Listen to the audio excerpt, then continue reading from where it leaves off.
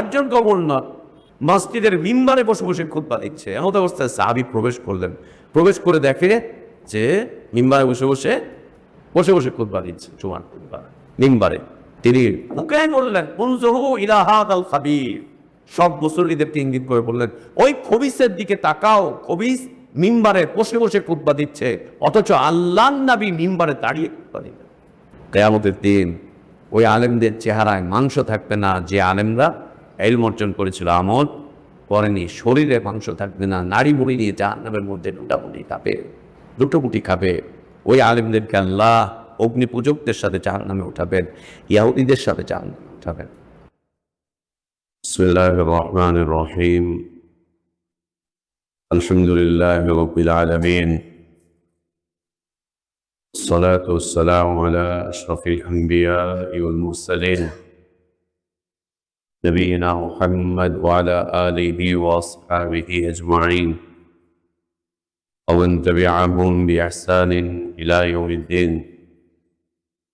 اللهم علمنا ما ينفعنا وانفعنا بما علمتنا وزدنا علما. اللهم إنا نعوذ بك من علم لا ينفع، من قلب لا يخشع، من نفس لا تشبع، ومن دعوة لا يستجاب لها. اللهم آت نفوسنا تقواها وزكها أنت خير من زكاها، أنت ولينا ومولاها. يا حي يا قيوم برحمتك نستغيث، أصلح لنا إلهنا شأننا كله ولا تكلنا إلى أنفسنا طرفة عين. سبحانك لا علم لنا إلا ما علمتنا إنك أنت العليم الحكيم. أعوذ بالله من الشيطان الرجيم. من عمل صالحا من ذكر أو أنثى وهو مؤمن فلنحيينه حياة طيبة ولنجزينهم أجرهم بأحسن ما كانوا يعملون. وقال سبحانه: من جاء بالحسنة فله عشر أمثالها ومن جاء بالسيئة فلا يجزى إلا مثلها وهم لا يظلمون. قل إنني هداني ربي إلى صراط مستقيم دينا قيما ملة إبراهيم حنيفا وما كان من المشركين. الحمد لله.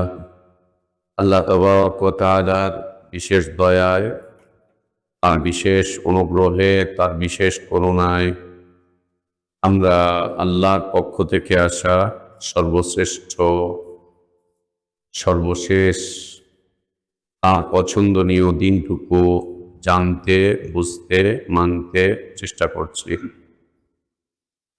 আল্লাহর কাছে আমাদের দোয়া, আল্লাহ আমাদের এদিনই জীবনটুকু কবুল করে নেন। আমাদের ভুলগুলো আল্লাহ সংশোধন করে দেন। গুনাহগুলো, অন্যায়গুলো, অপরাধগুলোকে আল্লাহ মাফ করে দেন। আল্লাহ আমাদেরকে ঈমান আল ইসলামের প্রকৃত সৌন্দর্যের উপর বেঁচে থাকার তৌফিক দান করেন।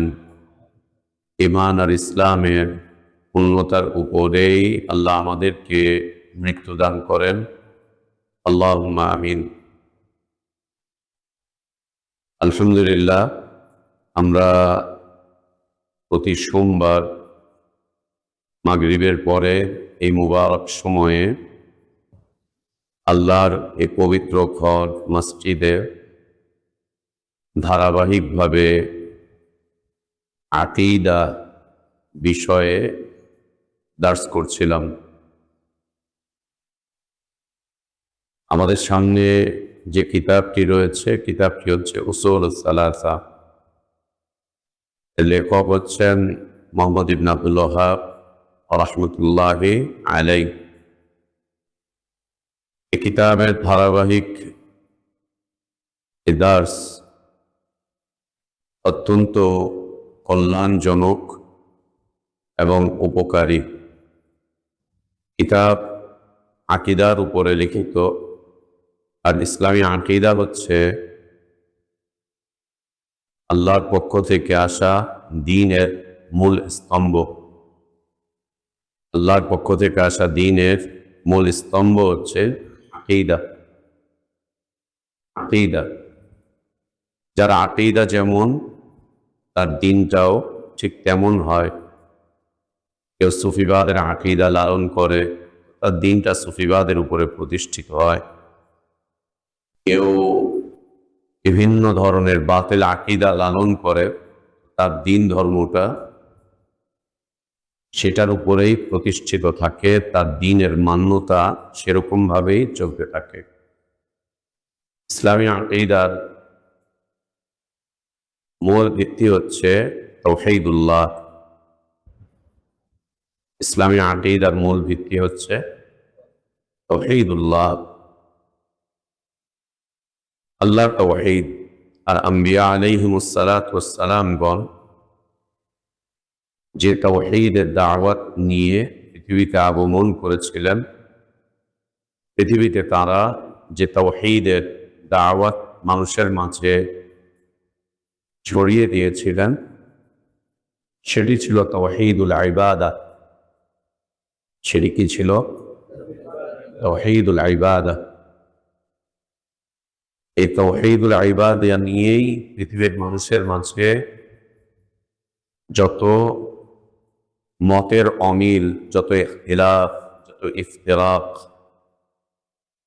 এবং এই ইবাদতকে কেন্দ্র করেই পৃথিবীতে অসংখ্য দিন, মানুষ অসংখ্য দিনে বিভক্ত হয়ে আছে।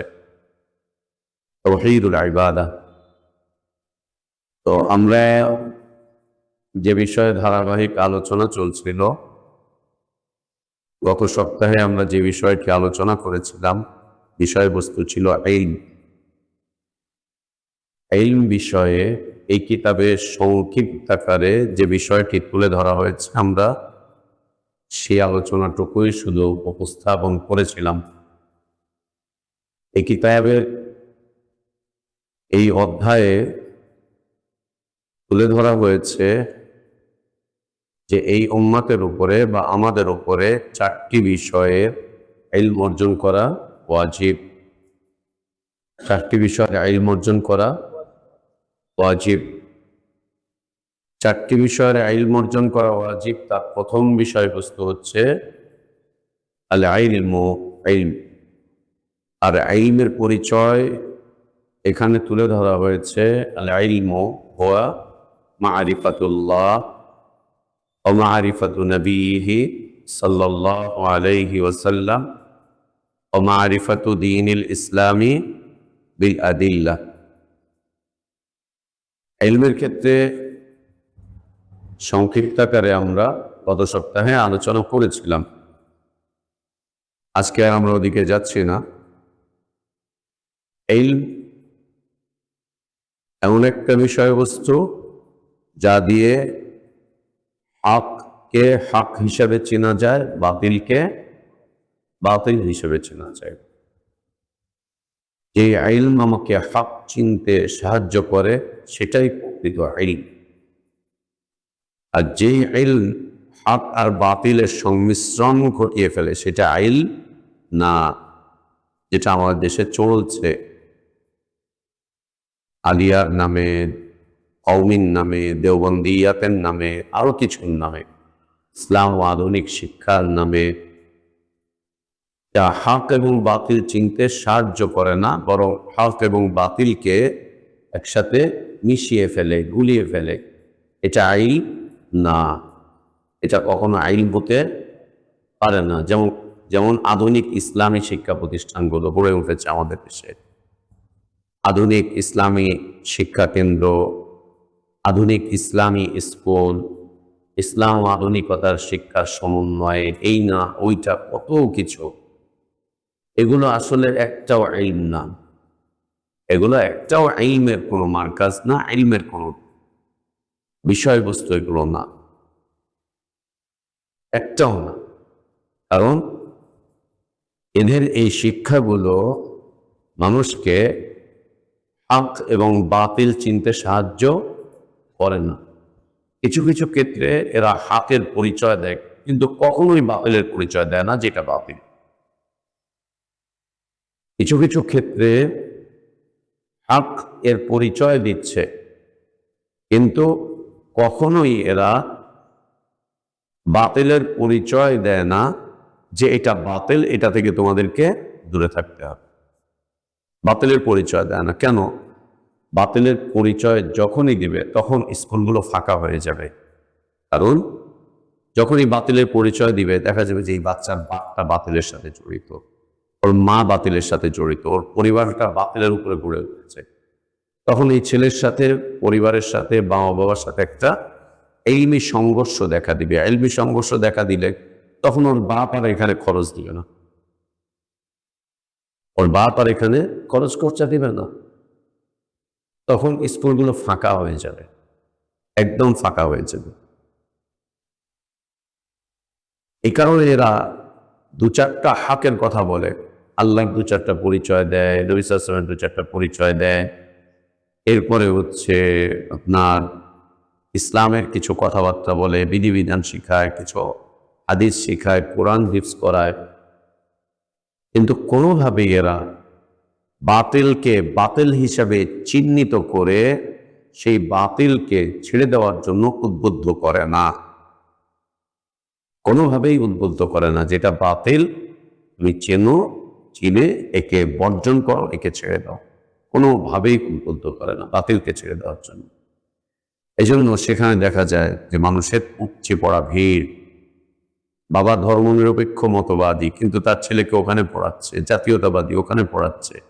বাপ হয়তো কোনো কোনো ক্ষেত্রে নাস্তিকতা রাখে, তারপরে ওখানে নিয়ে পড়াচ্ছে। বাপ কোনো তন্ত্রমন্ত্র বিশ্বাস করে, এরপরেও নিয়ে পড়াচ্ছে। বাপ বাতেল রাজনীতি করে, তারপরে ওখানে নিয়ে পড়াচ্ছে। তেমন কোনো সংঘর্ষের কিছু নাই তো, এখানে সংঘর্ষের কিছু নেই।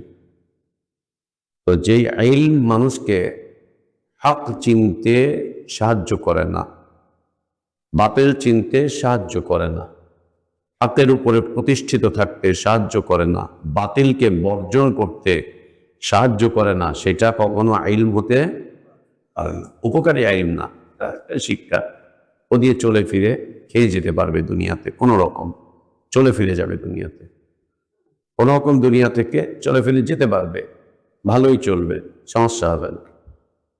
কিন্তু এ দিয়ে কখনোই সে হকের উপরে প্রতিষ্ঠিত হতে পারবে না। আল্লাহ আমাদেরকে হেফাজত করেন। এবং মনে রাখতে হবে, দুনিয়াতে হকপন্থী মানুষের সংখ্যা সবসময় কম থাকবে, কখনো বেড়ে উঠবে কিন্তু আবার কমে যাবে, আবার কমে যাবে, আবার কমে যাবে। এই সমীক্ষাটা কত সুন্দর না দেখেন? পৃথিবীতে এখন যত মানুষ আছে 800 কোটি প্লাস, তাই না? 800 কোটি প্লাস মানুষ আছে, তার মধ্যে মুসলিমের সংখ্যা কত? 100 কোটির মতো, প্লাস মাইনাস কম বেশি 100 কোটির মতো। তাহলে পৃথিবীর সব মানুষের তুলনায় কতটুকু? ধরা যায় 10% মতো। আচ্ছা, এই 10% একটা কম, এই 10%-এর মধ্যে আবার যদি আমরা ধরি যে এর মধ্যে বিশুদ্ধ ইসলাম মাননেওয়ালা প্রয়োজন, তখন কত আসবে? 2 বা 3% আসবে। 100 কোটির মধ্যে যদি আমরা ধরি যে একদম খাঁটি ইসলাম মাননেওয়ালা মানুষ, 100 কোটির মধ্যে কয় কোটি হবে? 10 কোটি? প্রশ্নই আসে না। 2 কোটি 1 কোটি মিলাতেই খবর হয়ে যাবে। আর যদি সৌদি আরবে ঘোষণা করে যে একদম খাঁটি মুসলিম ছাড়া কেউ হজে আসবেন না, তো হজের জন্য অ্যাপ্লিকেশন দেখা যাবে মাত্র 5-6 হাজার, সারা দুনিয়া 6-7 হাজার 8 হাজার মানুষ হজে যাবে। খাঁটি বিশুদ্ধ সালাফি মানহাজের মুসলিম ছাড়া কেউ আসবে না। যে কয়জন আসবেন তাদের ইমানের পরীক্ষা নিবে, প্রত্যেক দেশে দেশে এম্বাসিতে ডাকবে, হজে যারা অ্যাপ্লিকেশন করছে ডাকবে, ডেকে এদের আকিদার পরীক্ষা নেবে। সারা বছর এম্বাসিতে ভিসার অ্যাপ্লিকেশন করলে যেমন অ্যাম্বাসিডাররা ডাকে না, ইন্টারভিউ নেয়, কেন যাবেন, কি করতে যাবেন, আপনি এই দেশে কি করেন। কিছুদিন আগে আমি মালয়েশিয়ার একটা ভিসার জন্য অ্যাপ্লিকেশন করছি, সব ঠিকঠাক, পয়সা পাতি দিয়েছি, সব ঠিক। ইন্টারভিউ কল করতে গেছি, যাওয়ার পরে বলতেছে আপনার কি কি আছে এই দেশে? আল্লাহ দেশে আমার সব আছে। বাবার বাড়ি কই? এখানে। দাদার বাড়ি কই? শ্বশুর বাড়ি কই? আপনার আইডি কার্ডটা বের করেন, দিছি। তারপরে হচ্ছে আপনার এটিএম কার্ড আছে নাকি? হ্যাঁ আছে, দিছি। এরপরে কেন যাবেন ওখানে? বললাম এই কারণে যাব। এই দেশে আপনার কাজ কি, ওখানে আপনার কাজ কি, এই সে অনেক কিছু। আচ্ছা, আমাকে এ কথাও জিজ্ঞেস করলো, আপনি তো সুন্নি মুসলিম না, আপনি কোন মাযহাব ফলো করেন? আমি বললাম আমি তো কোন মাযহাব ফলো করি না। একটা এম্বাসি কর্মকর্তা আমার মাযহাব জিজ্ঞেস করছে, আপনি কোন মাযহাব ফলো করেন? বলছে কোন মাযহাব ফলো করি না। বলছে এটা আবার কোনটা? তাহলে কি আপনার সাথে টেরোরিজমের কোন সম্পর্ক আছে নাকি? বললাম ওইটাও তো একটা মাযহাব, টেরোরিস্ট ওইটাও একটা মাযহাব, ওর সাথেও কোনো সম্পর্ক নাই। তাহলে কি? আমি বললাম যে কোরআন এবং সহিহ সুন্নাহ মানে। ও সালাফি? হ্যাঁ, তো মানুষই এত বেশি সালাফি না, আপনার উদ্দেশ্য কি? আচ্ছা ঠিক আছে, ক্যান্সেল। Visa cancel. এটা যদি সৌদি দূতাবাস এই কাজ করে, হজের অ্যাপ্লিকেশন করেছে, আমার ডাকছে, ডাকার পরে জিজ্ঞেস করবে আপনি কোন মাযহাবে, চারটা যে কোনো একটা, এরপরে বলবে কোন তরিকার, 8-10 তরিকার যে কোনো এক তরিকা, এরপরে বলবে যে কোন পীরের মুরিদ। তো পীর সাহেব বাংলাদেশে 2 প্রকার, হক্কানি পীর আর বাতিল পীর। হক্কানি পীর হচ্ছে চরমনাই শশিনা এগুলো। এরা আমার জিজ্ঞেস করবে যে আপনি বাঁশুড়িটা দুইলা ধরে জিকির করেন কেন, এরকম করেন কেন, ওইরকম করেন কেন, এরপর আপনি কি ওখানে গিয়ে এগুলা করবেন কি না, না বাতিল, চলবে না। ইমান ঠিক করো, আকিদা ঠিক করো, হজের অ্যাপ্লিকেশন করো, এমনিতেই হয়ে যাবে। আমাদের জিজ্ঞেস করে তো আমরা কি বলবো আলহামদুলিল্লাহ আমাদের আকিদা এই, ওকে যা, চলে যান। তখন হাল ছবি খুব সুন্দর, মনে হবে যেন সাহাবী যুগের কাজ করতেছি। সবাই এক মাযহাবের লোক, সব এক মানহাজের লোক, এক চিন্তার লোক, এক চেতনার লোক, এক আকিদার লোক। চাচতো ভাই খালাতো ভাই থাকবে ওখানে, হ্যাঁ, চাচতো ভাই খালাতো ভাই ফুয়াতো ভাই মামাতো ভাই নিজেরাই থাকবে এক বংশের, অথবা সাথের বংশের লোকজন থাকবে, কিন্তু অন্য কেউ থাকবে না। হ্যাঁ, অন্য কেউ এখানে থাকবে না, কারণ হওয়া যাবে সুন্দর। তো এইগুলোর কাজ এটা, হককে হক চিনতে সাহায্য করে, বাতিলকে বাতিল চিনতে সাহায্য করে। ইলমের কাজ হককে হক চিনে হকের উপরে প্রতিষ্ঠিত থাকতে সাহায্য করে, আর বাতিলকে বাতিল হিসাবে চিহ্নিত করে এই বাতিল থেকে বের হয়ে যেতে উদ্বুদ্ধ করে, সাহায্য করে, উদ্বুদ্ধ করে, সাহায্য করে। বাতিল চিনে বেশ একে বের করে দাও, এর থেকে চলে যাও, সরে যাও, এর থেকে বের হয়ে যাও। কিন্তু এগুলো সম্ভব হচ্ছে না। এই জন্য এই সব কিছুর মধ্যে দেখা যাচ্ছে মিশ্রণ, মিশ্রণ, মিশ্রণ, মিশ্রিত হতে হতে এমন এক মিশ্রণ এসে দাঁড়িয়েছে, এখন হক চেনাটাও কঠিন, বাতিল চেনাটাও কঠিন।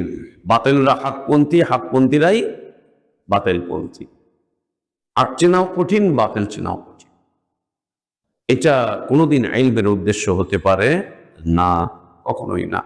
তো আল ইলমু ওয়া মারিফাতুল্লাহ ওয়া মারিফাতু নবিয়িহি সাল্লাল্লাহু আলাইহি ওয়াসাল্লাম ওয়া মারিফাতু দীনিল ইসলামি বিল আদিল্লাতি ওয়া মারিফাতু দীনিল ইসলামি বিল আদিল্লাতি আস-সানিয়াতু আল আমালু বিহি।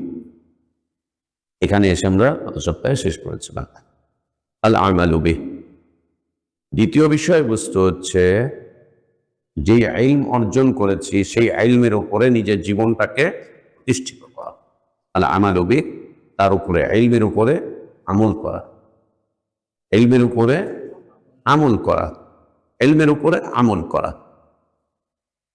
যে জ্ঞান অর্জন করেছি সেই জ্ঞানের উপরে নিজের জীবনটাকে প্রতিষ্ঠিত করা, প্রতিষ্ঠিত করা সেই জ্ঞানের উপর।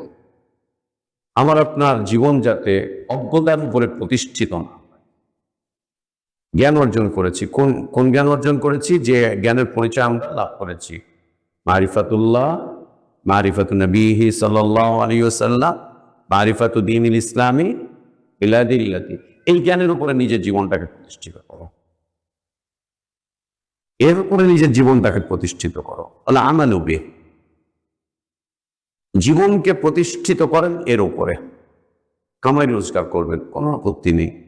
ব্যবসা বাণিজ্য করবেন, কোনো আপত্তি নেই। বিদেশ ভ্রমণ করবেন, কোনো আপত্তি নেই। বিজ্ঞানের সাথে সম্পৃক্ত হবেন, কোনো আপত্তি নেই, কোনো আপত্তি নেই। ধনাঢ্য হবেন, কোনো আপত্তি নেই। হাজার হাজার কোটি টাকার মালিক হবেন, কোনো আপত্তি নেই। সে সব কিছু জানে এই জ্ঞানের ভিত্তিতে হয়।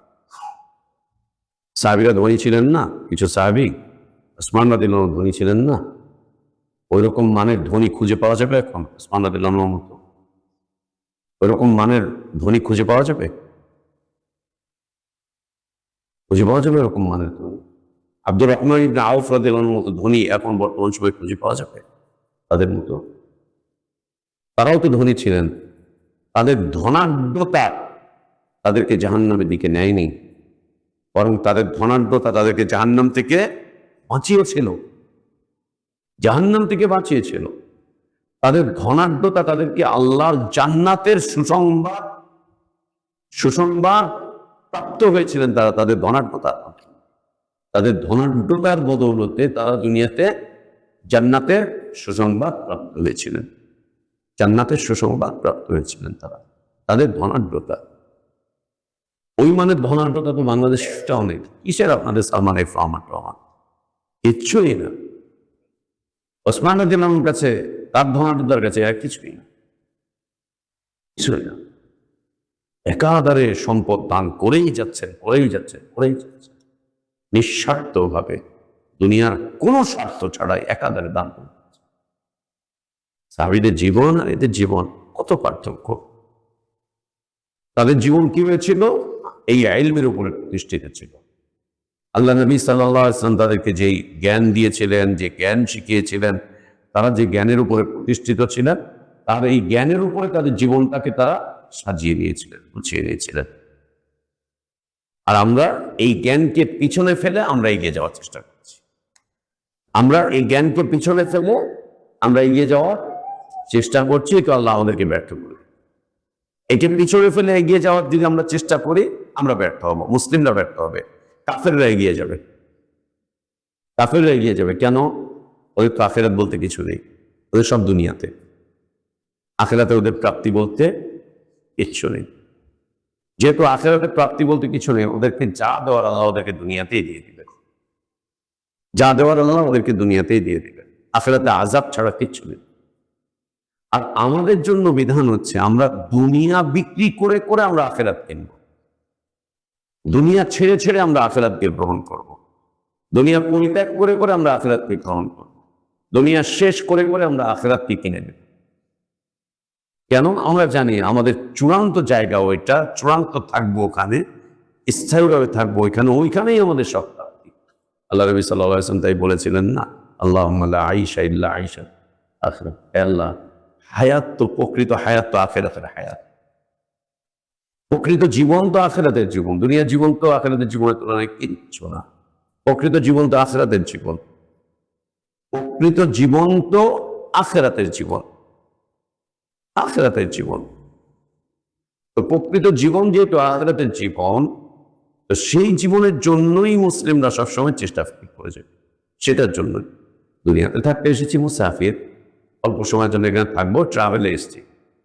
রুহের জগৎ থেকে আমরা সফর এসেছি দুনিয়াতে, এখান থেকে চলে যাবো আমরা আমাদের চূড়ান্ত বাড়িতে। এটা হচ্ছে একটা ট্রানজিট পয়েন্ট। দুনিয়া হচ্ছে আমাদের জীবনে একটা ট্রানজিট পয়েন্ট। আমরা মুসাফির, ট্রানজিট একটা পয়েন্ট। এখানে এসেছি, এসে থাকবো, আবার এখান থেকে চলে যাব। যেমন দুনিয়ার এই যে নাবিকেরা জাহাজ নিয়ে যায়, ট্রানজিট পয়েন্ট কই? সিঙ্গাপুর। সারা দুনিয়ার জাহাজের ট্রানজিট পয়েন্ট হচ্ছে সিঙ্গাপুর। ইউরোপ, আমেরিকা, এই সেই সব আরব সব বৈঠকে যাচ্ছে, ওখান থেকে আবার সব রুট ভাগ হচ্ছে, যার যার মতো সব চলে যাচ্ছে। ওইখানে গিয়ে লম্বা একটা সময় থাকে, মাল খালাস করে, এই করে সেই করে। দুনিয়া হচ্ছে আমাদের জন্য ট্রানজিটের একটা জায়গা। এবং ট্রানজিটে যেমন দেখেন, আমরা যখন বিভিন্ন দেশে যাই, বিভিন্ন এয়ারপোর্টে আমাদের ট্রানজিট পড়ে, কখনো 2 ঘন্টা, কখনো 8-10 ঘন্টা, কখনো 18 ঘন্টা, 20 ঘন্টা ট্রানজিট থাকা লাগে। দুনিয়ার জীবনটাও দেখেন ওই রকম। কেউ দুনিয়াতে এসে 2 বছর, কে 5 বছর, কে 10 বছর, কে 15-20 বছর, কে 60 বছর, কে 70 বছর চলে যাও। কারণ আমাদের যাদের, আমরা এখন বেঁচে আছি, আমাদের যাদের দাড়িগুলো পেকে গিয়েছে, আমাদের ঘন্টা বাজতেছে। ফ্লাইটের সময় একদম কাছাকাছি, একদম কাছাকাছি ফ্লাইটের সময়। যে কোনো মুহূর্তে আমাদেরকে ডাকতে থাকবে, চলে যেতে হবে। বোর্ডিং পাস হয়ে গেছে, কাস্টমসও হয়ে গেছে, সব হয়ে গেছে। এখন আমরা খালি ওয়েটিংয়ে আছি, আমাদের যাদের দাড়ি পেকেছে। আমরা খালি ওয়েটিংয়ে বসে আছি এখন। এই ওয়েট করা শেষ হয়ে যাবে খুব তাড়াতাড়ি, খুব দ্রুতই শেষ হয়ে যাবে। দাড়ি কাঁচাদের যে একটু দেরি হবে তা না, তবে হিসাব অনুযায়ী কিছুটা সময় লাগতে পারে, কিন্তু আমাদের আর সুযোগ নেই। অতএব আমরা যারা এখানে আছি আমরা যেন প্রস্তুতি নেই, আমরা যেন প্রস্তুতি নিই, আমরা যেন রেডি হই, আমরা যেন একটু চৌকান্ন হয়ে একটু স্ট্রং হয়ে যেন আমরা বসি, একটু যেন নড়ে চড়ে বসি, আমরা যেন ঘুমিয়ে না যাই, ঘুমিয়ে যাও না যাই। আল্লাহ আমাদেরকে তৌফিক দান করেন। ওয়াল আমালু বিহি, যে ইলম অর্জন করেছি এই ইলমের উপরে জীবনকে প্রতিষ্ঠিত করা, এমন যেন না হয়ে না যায় ইলম অর্জন করেছি জীবন আর এক রাস্তায়, ইলম অর্জন করেছি ডানপন্থীর, জীবন চলছে বামপন্থীর। যেমন অনেক আহলে হাদিস আছে আমাদের দেশে, বামপন্থী রাজনীতি করছে, নিজেকে আহলে হাদিস পরিচয় দিচ্ছে, আমি আহলে হাদিস, রাজনীতি করছে বামপন্থী রাজনীতি, পরিচয় দিচ্ছে আমি আহলে হাদিস বা কোরআন সুন্নাহ মানি, রাজনীতি করছে হচ্ছে সব উল্টো পাল্টা জাতীয়তাবাদের, গণতন্ত্রের, ধর্মের সব রাজনীতি করে বেড়াচ্ছে। কেমন পরিচয় এটি? কোন ইলম এটি? কোন ইলম এটি? সুবহানাল্লাহ। আপনি যেমন দেখবেন যে মানুষ দুনিয়াতে অনেক ভুয়া ভুয়া মানুষ আছে যাদের কোনো জ্ঞান নেই, কিন্তু সেরকম সার্টিফিকেট সাইনবোর্ড ধরে বসে আছে। দিনের ক্ষেত্রে অনেক বেশি এটার ইয়েটা দিনের ক্ষেত্রে অনেক বেশি, অনেক বেশি দিনের ক্ষেত্রে। দিনের কিচ্ছু জানে না, দিনের সাইনবোর্ড লাগিয়ে বসে আছে। দিনে ইলমের সাথে কোনো সম্পর্ক নেই, সাইনবোর্ড লাগিয়ে বসে আছে, মাইকিং করছে, অ্যালাউন্স করছে, এই করছে সে করছে। ওয়াল আমালু বিহি, জীবনটাকে এই অনুযায়ী আমলের মধ্যে নিয়ে চলে আসা, এই অনুযায়ী আমলের মধ্যে নিয়ে চলে আসা, ইলমের উপরে নিজের জীবনটাকে প্রতিষ্ঠিত করা, নিজের জীবনটাকে প্রতিষ্ঠিত করা ইলমের উপরে।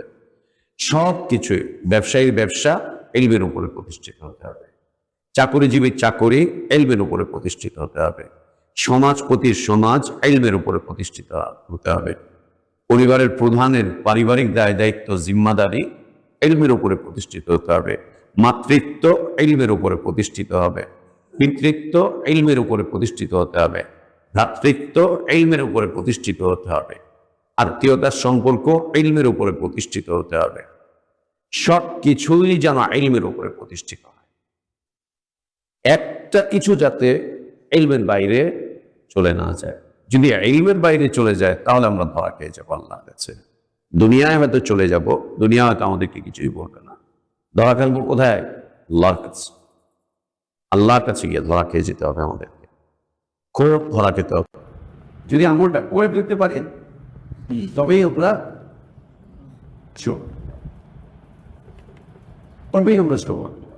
যদি আমলটা করতে, তবেই আমরা যেমন আল্লাহ নবী সাল্লাল্লাহু আলাইহি ওয়াসাল্লামকে মুআয ইবনে জাবাল রাদিয়াল্লাহু আনহু আল্লাহকে হাত তুললেন। মুআয ইবনে জাবাল রাদিয়াল্লাহু আনহুকে নবী সাল্লাল্লাহু আলাইহি ওয়াসাল্লাম কি করলেন?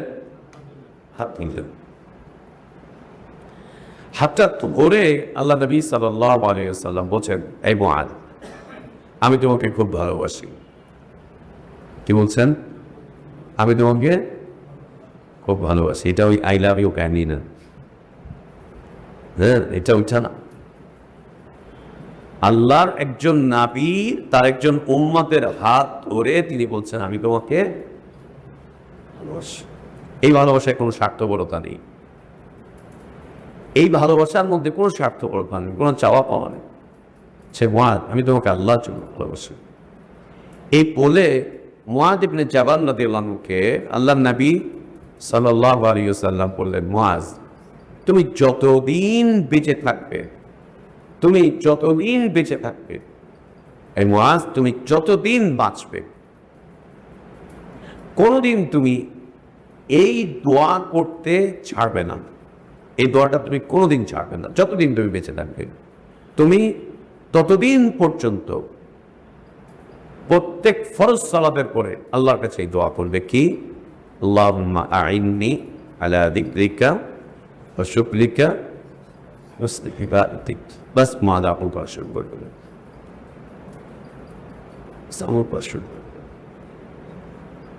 أول مرة ماذا بجوال فيها اللهم إني على ذكرك وشكرك حسن عبادتك দেখেন হাদিসটা শুনেন আবার মুআয ইবনে জাবাল রাদিয়াল্লাহু আনহু নবী সাল্লাল্লাহু আলাইহি ওয়াসাল্লাম হাত বললেন ধরে বলছেন মুআয আমি তোমাকে ভালোবাসি এই ভালোবাসি এই কথা বলে মুআয রাদিয়াল্লাহু আনহুকে একটা জ্ঞান দিলেন নবী সাল্লাল্লাহু আলাইহি ওয়াসাল্লাম একটা জ্ঞান তাহলে আপনি যাকে ভালোবাসেন তাকে কি দিবেন গোলাপ ফুল অথবা আমাদের ভাইয়ের এখান থেকে যত নতুন নতুন ফুল পাবেন নিয়ে যেয়ে বলবেন আই লাভ ইউ আমি তোমাকে ভালোবাসি বলে কি দিচ্ছেন আল্লাহ নবী সাল্লাল্লাহু আলাইহি সাল্লাম জ্ঞান দিচ্ছেন আর আমরা ভালোবাসি বলে কি দেই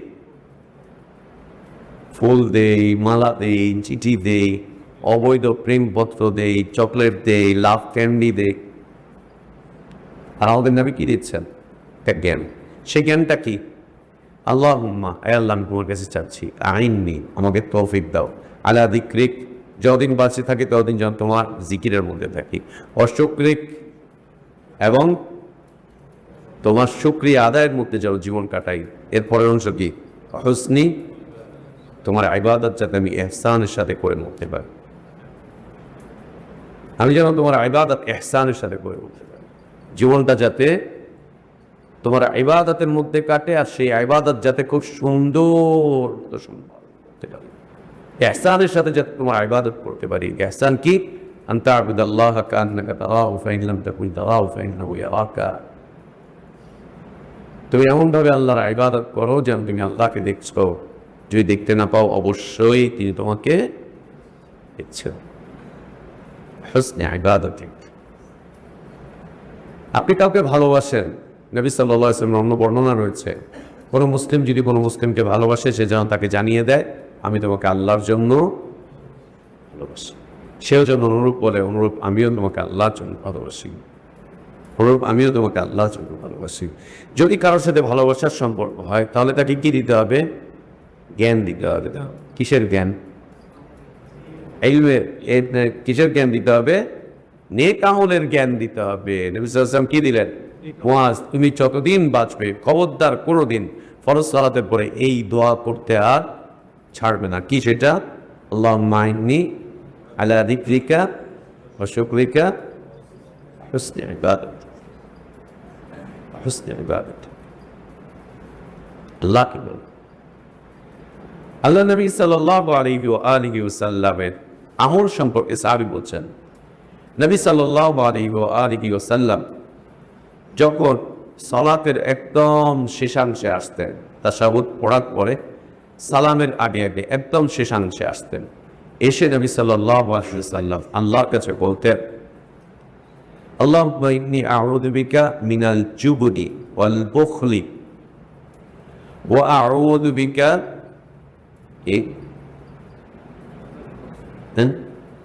বলো কে বলতে পারবে তো বলেন আল্লাহুম্মা ইন্নী আউযু বিকা মিনাল জুবনি ওয়াল বুখলি আউযু বিকা মিন ফিতনাতিদ দুনিয়া ওয়া আউযু বিকা মিন ফিতনাতিল কবরি ওটা আরেকটা আল্লাহ নবী সাল্লাল্লাহু আলাইহি ওয়াসাল্লাম আল্লাহর কাছে দোয়া করতেন আল্লাহুম্মা ইন্নী আউযু বিকা মিনাল জুবনি হে আল্লাহ আমি আপনার কাছে আশ্রয় চাচ্ছি কাপুরুষতা থেকে আপনার দিনকে নিয়ে যেন আমি কাপুরুষ হয়ে না যাই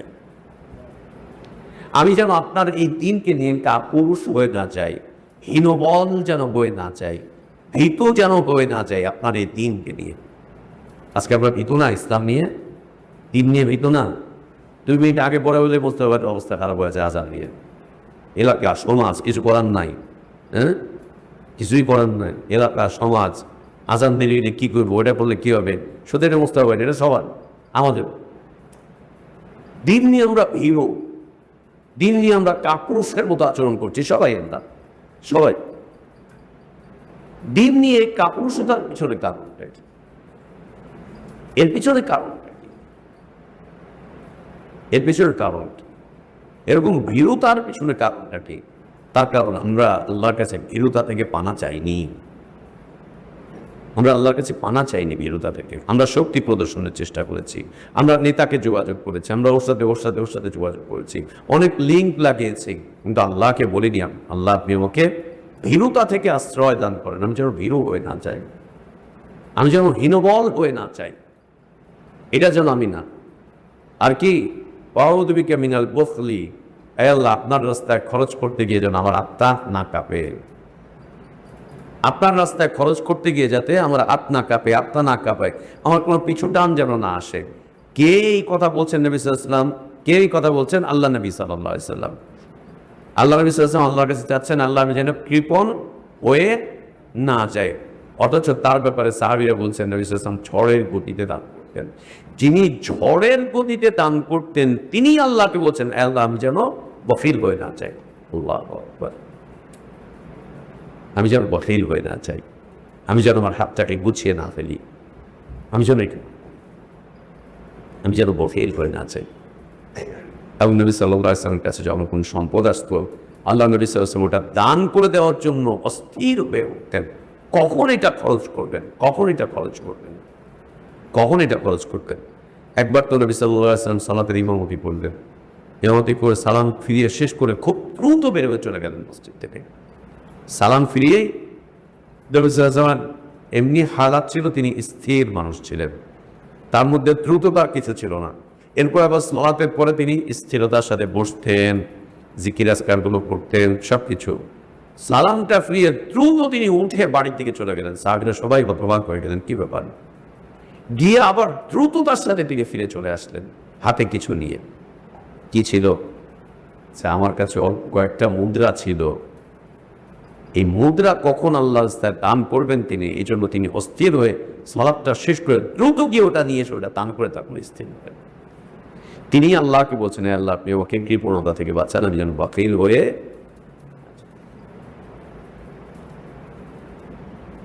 এরপরে তিনি বলছেন ওয়াউযু বিকা মিন ফিতনাতিদ দুনিয়া, আল্লাহ আপনি আমাকে দুনিয়ার ফিতনা থেকে বাঁচান, আমি আপনার কাছে আশ্রয় চাচ্ছি, আপনি আমাকে দুনিয়ার ফিতনা থেকে বাঁচান, আমি আপনার কাছে আশ্রয় চাই। দুনিয়ার ফিতনা কি?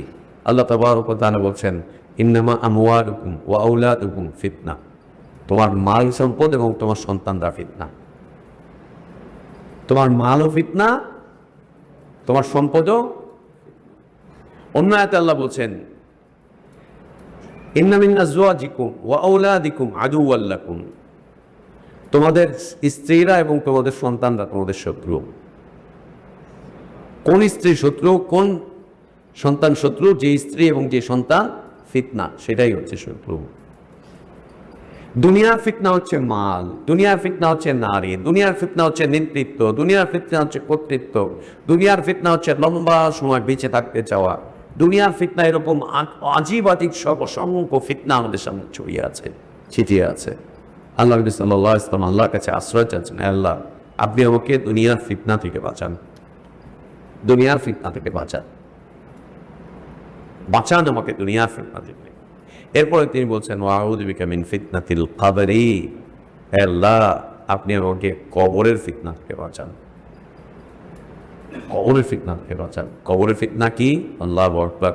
নবী সাল্লাল্লাহু আলাইহি ওয়াসাল্লাম বলছেন কবরের ফিতনা থেকে যদি কেউ বাঁচত তাহলে সাদ বিন মুআজ বেঁচে যেত। যেহেতু সাদ বিন মুআজ বাঁচতে পারে তাহলে কবরের ফিতনা থেকে কেউ বাঁচতে পারবে না। সেটা কি? কবর দুই পাশ থেকে এভাবে চেপে ধরবে। কবরের ফিতনা কি? কবরের ফিতনা হচ্ছে কবরে যাওয়ার পর পরে প্রশ্নের সম্মুখীন হয়ে যাওয়া, প্রশ্নের সম্মুখীন হয়ে যাওয়া। কবরের ফিতনা ভয়ঙ্কর জায়গা, প্রশ্নের সম্মুখীন হওয়া, কবর দুই পাশ থেকে চাপ দেওয়া, সে কেউ বাঁচতে পারবে না। যদি বাঁচত তাহলে কে বাঁচত? সাদ বিন মুআজ রাদিয়াল্লাহু আনহু বেঁচে যেতেন। কেন? রাসূলুল্লাহ সাল্লাল্লাহু আলাইহি ওয়াসাল্লাম বলছেন তার মৃত্যুতে আল্লাহর আরশ কেঁপে উঠেছিল। তিনি যেহেতু বাঁচতে পারেননি, আর কেউ, আল্লাহ নবী নিজে কবরের ফিতনা থেকে বাঁচতে চাচ্ছেন। আল্লাহ তাবারক ওয়া তাআলার কাছে, আল্লাহ তাবারক ওয়া তাআলার কাছে। ইলম আমলের সংযোগ ঘটিয়ে দেয়। এজন্য আমরা যখন ইলমি মাজলিসে বসি তখন আমাদের আমল করতে ইচ্ছে করে, কোরআনের মজলিসে, সুন্নাতের মজলিসে, তখন আমাদের আমল করতে ইচ্ছে করে। যখনই উঠে চলে যায় ওইটাকে ওইখানেই রেখে দিয়ে চলে যায়, এরপরে ওই জিনিসগুলো ভুলে যাই আমরা। এইমের দাবি এটা, এইমের দাবি এটা, সংযোগ করে দিবে, সংযোগ করবে। আল্লাহ সুবহানাহু ওয়া তাআলা বলছেন, মান আমিলা সালিহান মিন যাকারিন আও উনসা। মান আমিলা, যে ব্যক্তি আমল করবে, সালিহান, নেক আমল, মিন যাকারিন আও উনসা, সে পুরুষ হোক অথবা নারী, নারী বা পুরুষদের মধ্যে হতে যেই আমলে সালেহ করবে, পুরুষ এবং নারীদের মধ্যে হতে যেই আমলে সালেহ করবে, সে ধনী হতে পারে, দরিদ্রও হতে পারে, যুবকও হতে পারে, বৃদ্ধও হতে পারে, আরবও হতে পারে, অনারবও হতে পারে, স্বাধীনও হতে পারে, দাসদাসীও হতে পারে। মান আমিলা সালিহান মিন যাকারিন আও উনসা, নারী এবং পুরুষদের মধ্যে হতে যেই আমলে সালেহ করবে, আল্লাহ তাবারক ওয়া তাআলা ওয়াদা করছেন, ফালানুহইয়ান্নাহু হায়াতান তাইয়্যিবা, আমি তাকে পবিত্র জীবন দান করব, আমি তাকে পবিত্র জীবন দান করব। যে ব্যক্তি আমলে সালেহ করবে, আল্লাহ তাকে কি দান করবেন? পবিত্র জীবন দান করবেন, তাকে পবিত্র জীবন দান করবেন। তাহলে আমাদের জীবনে এত অপবিত্রতা আসতেছে কেন? এলেম আছে, আমল নেই। এত অপবিত্র আসতেছে কেন? এলেম আছে কিন্তু আমল নেই। আমল না থাকার কারণে আমাদের জীবন অপবিত্র হয়ে যাচ্ছে। আমাদের ঘর অপবিত্র, আমাদের বাড়ি অপবিত্র, আমাদের স্ত্রীদের মধ্যে অপবিত্রতা, আমাদের স্ত্রীদের স্বামীদের মধ্যে অপবিত্রতা, সন্তানদের মধ্যে অপবিত্রতা, অপবিত্রতা, ব্যবসায় অপবিত্রতা, বাণিজ্যে অপবিত্রতা, চাকরিতে অপবিত্রতা, রাস্তায় অপবিত্রতা, হাটে ঘাটে অপবিত্রতা, এমনকি অপবিত্রতা আসতে আস্তে আস্তে আস্তে আল্লাহর ঘর মসজিদগুলোতে পর্যন্ত অপবিত্রতা চলে এসেছে। মসজিদে শিরকের শিক্ষা হচ্ছে, বিদআতের শিক্ষা হচ্ছে, কুফরির তালিম হচ্ছে মসজিদে, আজে বাজে রাজনৈতিক চর্চা হচ্ছে মসজিদে, কত কিছু হচ্ছে মসজিদে। কেন? ইলম আছে, আমল নেই। এই বাচ্চা আমল নেই। আমল না থাকার কারণে আল্লাহ তাবারক ওয়া তাআলা পবিত্রতা উঠিয়ে নিয়েছেন। আলেম আছে, পবিত্রতা নেই। পবিত্রতা না থাকার পিছনে কারণ কি? আমল নেই, আমলহীনতা, আমলহীনতা। জীবন অপবিত্র হয়ে যাবে। এই জীবনের অপবিত্রতা দেখেন আমরা দেখতেই পাচ্ছি, আমরা দেখতেই পাচ্ছি। পরিবারে অপবিত্রতা এসে গ্রাস করছে আমাদেরকে, অপবিত্রতা এসে আমাদের সন্তানদেরকে গ্রাস করছে, আমাদের সমাজকে তো অনেক আগে গ্রাস করেই ফেলেছে। ব্যবসা বাণিজ্য অপবিত্রতা এসে গ্রাস করে ফেলছে। পবিত্রতা ছোঁয়া খুঁজে পাওয়াটা দুষ্কর। এখন আমাদের দেশের সবচেয়ে পবিত্র জায়গা হচ্ছে কলেজ আর ইউনিভার্সিটিগুলো, তাই না ভাইয়া? কি বলো? আসলেও না, সেখানেই থাকো ভাইয়া, ওইখানেই থাকো, ইচ্ছে করে, ইচ্ছে করে, ইচ্ছা করে অপবিত্র জায়গায় থাকো। এই আইলিমের কোনো মর্যাদা হবে,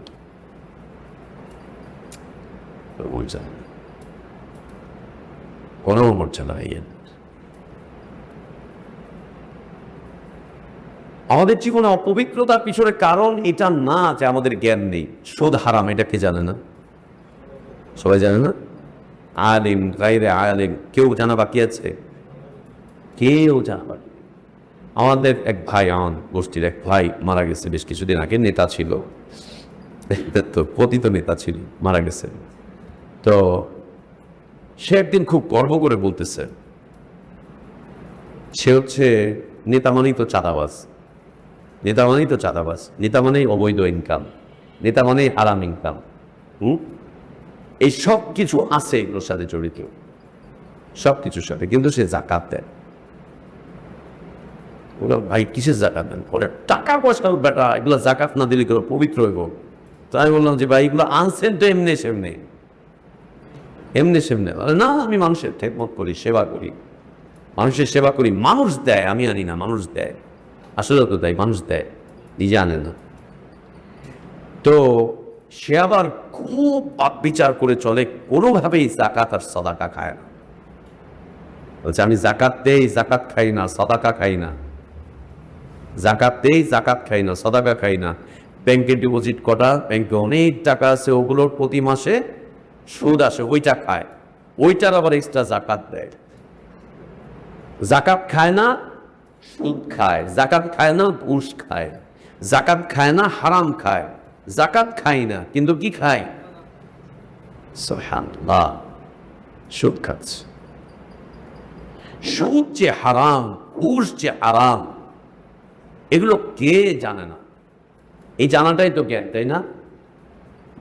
হারামকে হারাম জানাটাই জ্ঞান না? হারামকে হারাম জানাটাই হচ্ছে জ্ঞান। জ্ঞান এটাকে বলে, জ্ঞান। এটা হচ্ছে ইলম। এই ইলম আমাকে আপনাকে পবিত্র কেন করতে পারছে না, অথচ ইলম আসার পরে তো পবিত্র হয়ে যাওয়ার কথা ছিল। এই ইলম আমলের সাথে সম্পৃক্ত হয়নি, সংযোগ আসে নাই, এই কারণে জীবনের পবিত্রতা আসতে পারে নাই। এই কারণেই দেখবেন আলেমদের বাসায় বড় বড় টেলিভিশন, ডিসেল লাইন, এই কারণেই দেখবেন। এই কারণেই দেখবেন যে আলেমদের পরিবারের সন্তানদের বকে যাচ্ছে, নষ্ট হয়ে যাচ্ছে, এই কারণেই দেখতে পাবেন, এই কারণেই দেখতে পাবেন। আল্লাহ যেন আমাদেরকে হেফাজত করেন। ইলম অর্জন মানেই হচ্ছে আমল, ইলম অর্জন মানেই হচ্ছে আমল। আমলটা কেমন দেখেন? আল্লাহ নবী সাল্লাল্লাহু আলাইহি ওয়াসাল্লাম সালাতের ইমামতি করছেন। নবী সাল্লাল্লাহু আলাইহি ওয়াসাল্লাম সালাতের ইমামতি করছেন, তিনি ইমাম, সাহাবীরা পেছনে। সালাতের মধ্যেই নবী সাল্লাল্লাহু আলাইহি ওয়াসাল্লাম একটুখানি এগিয়ে গেলেন, দাঁড়ানো অবস্থায় এগিয়ে গেলেন সামনের দিকে, সাহাবীরাও এগিয়ে গেলেন সামনের দিকে। বুঝেননি? নবী সাল্লাল্লাহু আলাইহি ওয়াসাল্লাম ইমাম, ধরেন এখানে দাঁড়িয়ে আছেন, আপনারাও সবাই দাঁড়িয়ে আছেন, ইমাম সাহেব এগিয়ে গিয়েছে 2 কদম। আল্লাহ নবী সাল্লাল্লাহু আলাইহি ওয়াসাল্লাম ইমামতি, তিনি জায়গা ছেড়ে এগিয়ে গেলেন, সালাত চলছে, সাহাবীরাও এটা দেখে এগিয়ে গেলেন। আবার একটু পরে নবী সাল্লাল্লাহু আলাইহি ওয়াসাল্লাম পিছিয়ে আসলেন, সাহাবীরাও দেখলেন নবী সাল্লাল্লাহু আলাইহি ওয়াসাল্লাম পিছিয়ে এসছেন, তো তাও আবার আগের জায়গায় পিছনে ফিরে গেলেন, সালাতের মধ্যে, কাতারের মধ্যে, ওই অবস্থা। আল্লাহ নবী সাল্লাল্লাহু আলাইহি ওয়াসাল্লাম সালাতের পর জিজ্ঞেস করলেন, সালাত পড়ে নবী সাল্লাল্লাহু আলাইহি ওয়াসাল্লাম কারণ জানালেন। আজকে সালাতের মধ্যে জিবরিল আমিন আলাইহিস সালাতু ওয়াস সালাম আমার সামনে জান্নাত তুলে ধরেছিলেন। যখন জান্নাত আমার সামনে তুলে ধরা হলো, তখন আমার ইচ্ছে হলো আমি এখনই জান্নাতে চলে যাই, তাই আমি জান্নাতের দিকে রওনা দিয়েছিলাম, এগিয়ে গিয়েছিলেন তিনি, তাই তিনি এগিয়ে গেলেন সামনের দিকে। তিনি বলছেন জিবরিল সালাতে আমার সামনে জান্নাত তুলে ধরেছিলেন, যখনই তিনি আমার সামনে জান্নাত তুলে ধরলেন, আমার ইচ্ছে করলো আমি এখনই জান্নাতে প্রবেশ করি, তাই আমি এগিয়ে গিয়েছিলাম।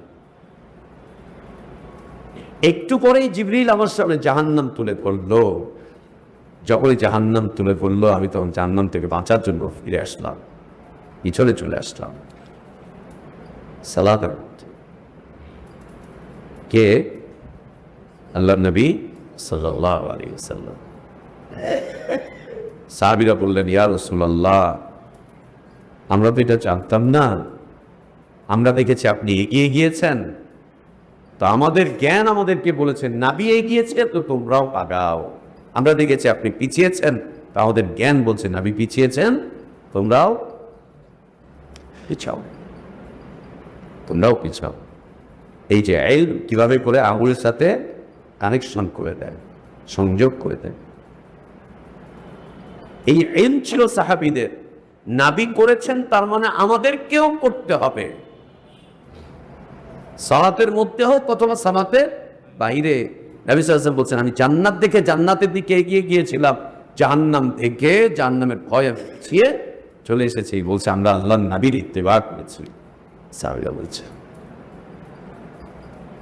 এই যে ইলম আমলের দিকে নিয়ে যাচ্ছে।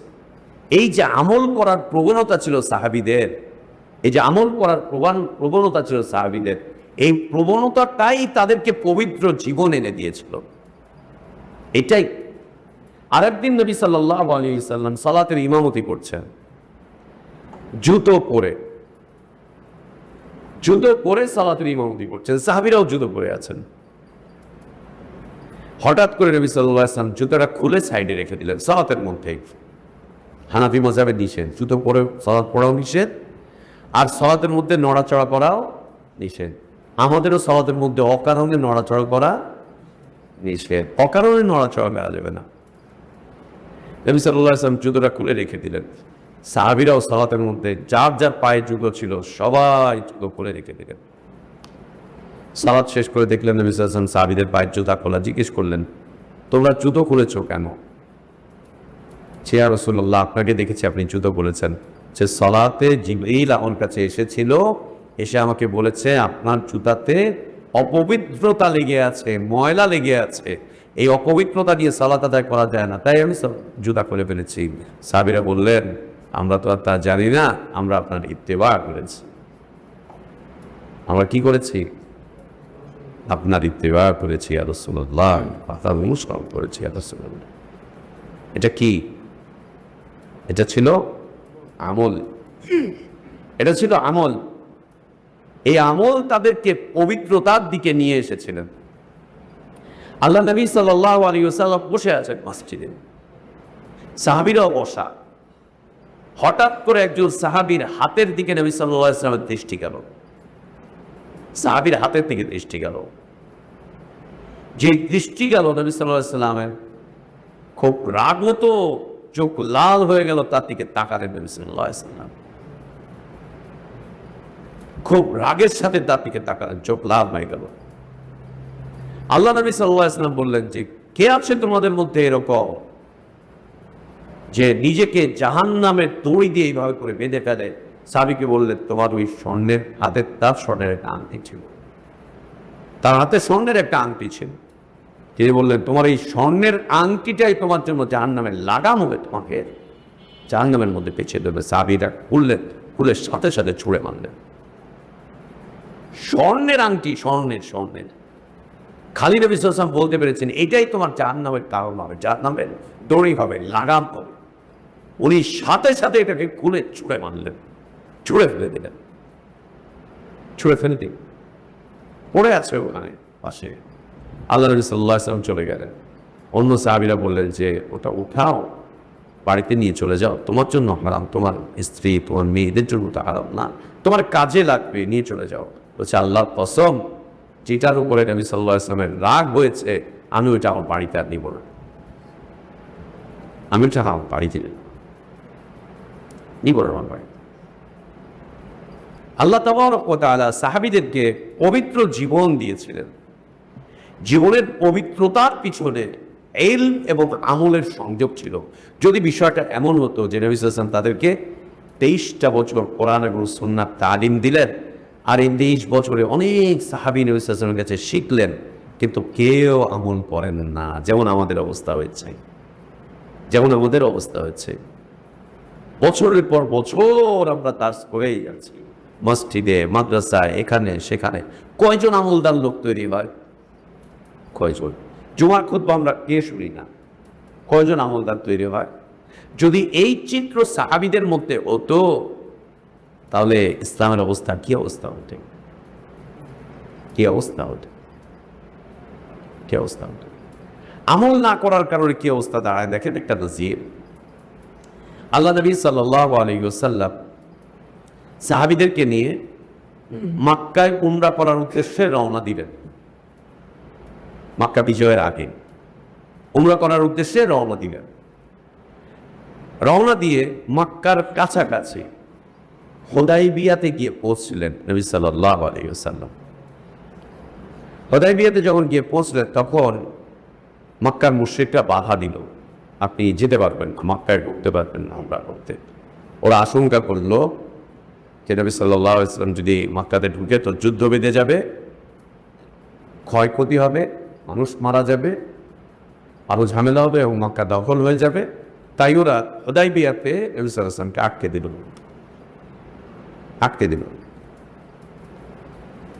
আটকে দেওয়ার পরে এই জায়গাটা কোনটা জানেন ভাই? না, সুমাইসিয়া, যেখানে ওই যে পাসপোর্ট চেক করে হুদুদ, ওই জায়গায় সুমাইসিয়া। ওখানে একটা ডান দিকে মসজিদ হচ্ছে না, ওইখানে নবী সাল্লাল্লাহু আলাইহি ওয়াসাল্লাম সালাত আদায় করেছিলেন বলা হয়। তো আটকে দিল, যেতে দিবে না। এরপরের ঘটনা তো ঘটলো, ওসমান রাদিয়াল্লাহু আনহুকে পাঠানো হলো, ওসমান রাদিয়াল্লাহু আনহুর ব্যাপারে সংবাদ আসলো, তাকে হত্যা করে দেওয়া হয়েছে। অতঃপর আবার খবর পেল ওসমান রাদিয়াল্লাহু আনহু ফিরে আসলেন, চুক্তি হলো এবছর আমরা উমরা করবো না, ফিরে যাব, পরে আসবো। হ্যাঁ, কোনো মুসলিম, মক্কার কোনো মানুষ যদি মুসলিম হয়ে ফিরে যায় তাহলে তাদেরকে ফেরত পাঠাবে, কিন্তু এখান থেকে কেউ গেলে তাদেরকে ফেরত পাঠানো হবে না। অনেক চুক্তি করে চুক্তির মধ্যে নবী সাল্লাল্লাহু আলাইহি ওয়াসাল্লাম স্বাক্ষর করে দিলেন। স্বাক্ষর করে দেওয়ার পরে এখন নবী সাল্লাল্লাহু আলাইহি ওয়াসাল্লাম সাহাবীদেরকে বলছেন যে এবছর আর উমরা করবো না, তোমরা সবাই ইহরাম করে ফেলো। এবছর আর উমরা করবো না, সবাই ইহরাম খুলে ফেলো, আমরা চলে যাব। কেউ ইহরাম করে না, কেউ বললেন বৈঠকে বসে, আমরা এবছর উমরা করছি না, ফেরত চলে যাব, চুক্তি হয়েছে, চুক্তির শর্ত মেনে চলতে হবে, তোমরা সবাই ইহরাম খুলে ফেলো। কোনো সাহাবী ওমর রাদিয়াল্লাহু আনহু বলছেন, ইয়া রাসূলুল্লাহ, আমরা কি হকের উপরে নাই? আমরা কি হকের উপরে নাই? সাহাবীদের মন খারাপ, কত দূর থেকে এসেছেন, আল্লাহর নবী স্বপ্ন দেখেছেন, নবীর স্বপ্ন বাস্তবায়ন করতে এসেছেন, আর এত দূর পর্যন্ত চলে এসেছি, আজকে কত বছর পর মক্কায় যাব, আর মাত্র অল্প কিছু রাস্তা বাকি, এখান থেকে ফেরত চলে যাব। সবার মন খারাপ, সব চুপচাপ বসে আছেন, কেউ নড়ে না, চড়ে না, এই না সেই না, কেউ নবী সাল্লাল্লাহু আলাইহি ওয়াসাল্লামের কথা শুনছেন না।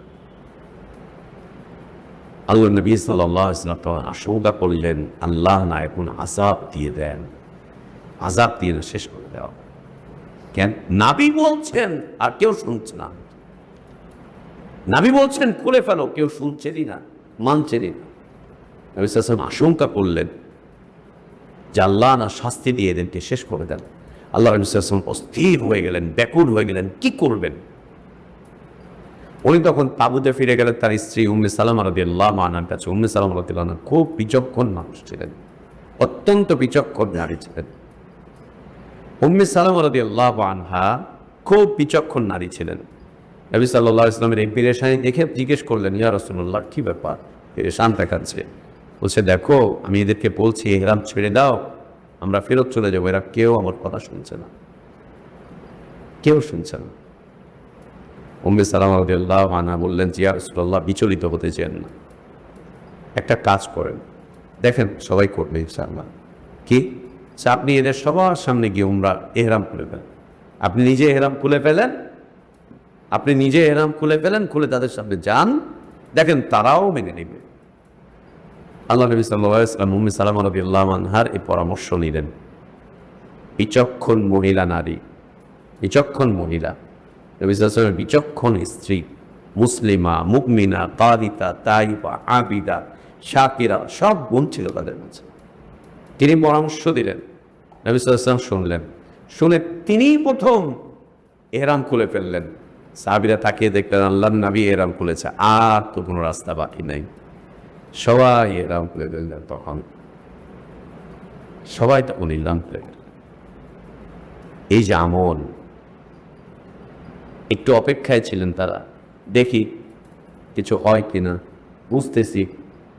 কিন্তু যখন নাবিকে দেখলেন যে নাবি ইহরাম খুলে ফেলেছেন, তখন তারা বুঝলেন আর কোনো রাস্তা নাই, তারাও ইহরাম খুলে হালাল হয়ে যাবে, রাসূলুল্লাহ সাল্লাল্লাহু আলাইহি ওয়াসাল্লাম ফিরে চলে গেলেন, ফিরে চলে গেলেন।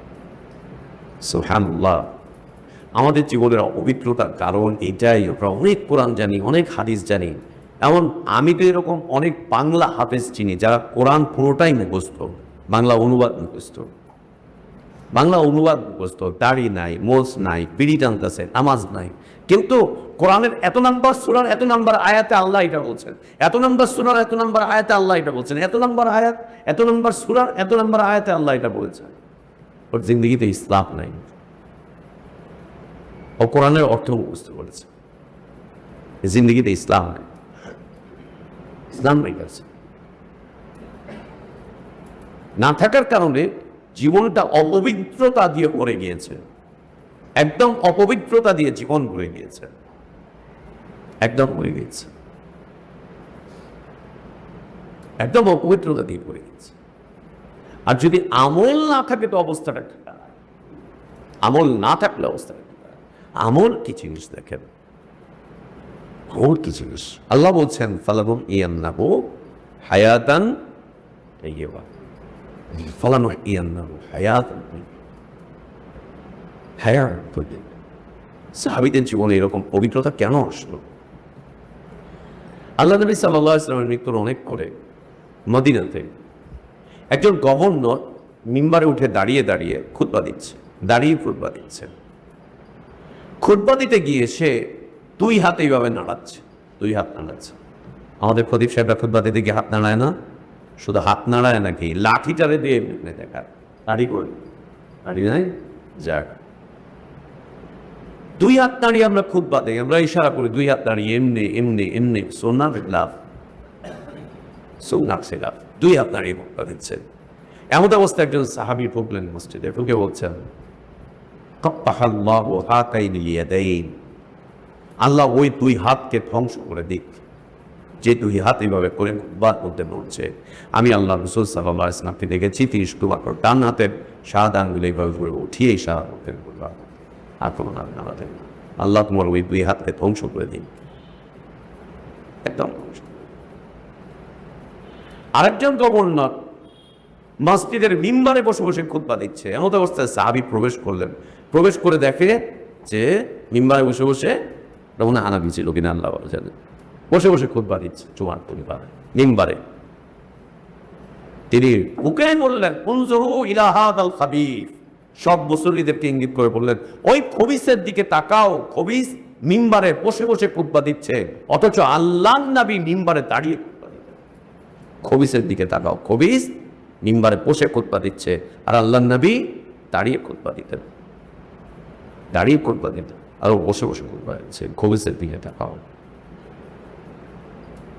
সাহাবীদের জীবনে পবিত্রতা এমনি এমনি আসে নেই, এমনি এমনি আসেনি। আমাদের ইলমের অভাব নেই, অভাব কিসে? আমাদের